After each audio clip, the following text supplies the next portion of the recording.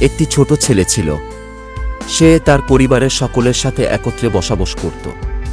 তারা ছিল সুখী পরিবার এবং সুখী পরিবারের ছেলেটি তার দাদা, দাদি, বাবা, মা এবং ভাই বোন মিলে একসাথে বাস করত। হেসে খেলে নাচে গানে তাদের দিনগুলো ভালোভাবেই কাটতে লাগল। তাদের দিন পার হয়ে যাচ্ছিল আনন্দে এবং খুশিতে।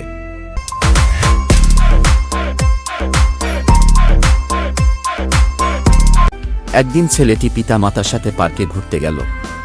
সেখানে ছেলেটি অনেক মজা করল।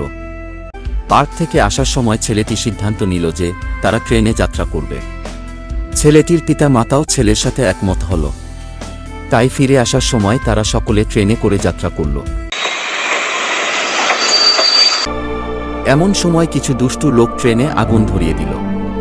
ছেলেটি এবং তার মা আগুনে পুড়ে যাচ্ছিল। ট্রেনের সকলে বাঁচার জন্য ছোটাছুটি করতে লাগল। আগুনে পুড়ে গিয়ে ছেলেটি এবং ছেলেটির মা মারা গেল। ছেলে এবং বউকে হারিয়ে ছেলেটির বাবাও নিজের জীবন দিয়ে দিল। হয়তো তাদের মৃত্যু এখানে লেখা ছিল, কিন্তু এমন মৃত্যুর মাধ্যমে একটি পরিবার ধ্বংস হয়ে গেল, শুধু প্রমাণ করে গেল অকৃত্রিম ভালোবাসা। এই মৃত্যুর মাধ্যমে ভালোবাসার জয় হলো।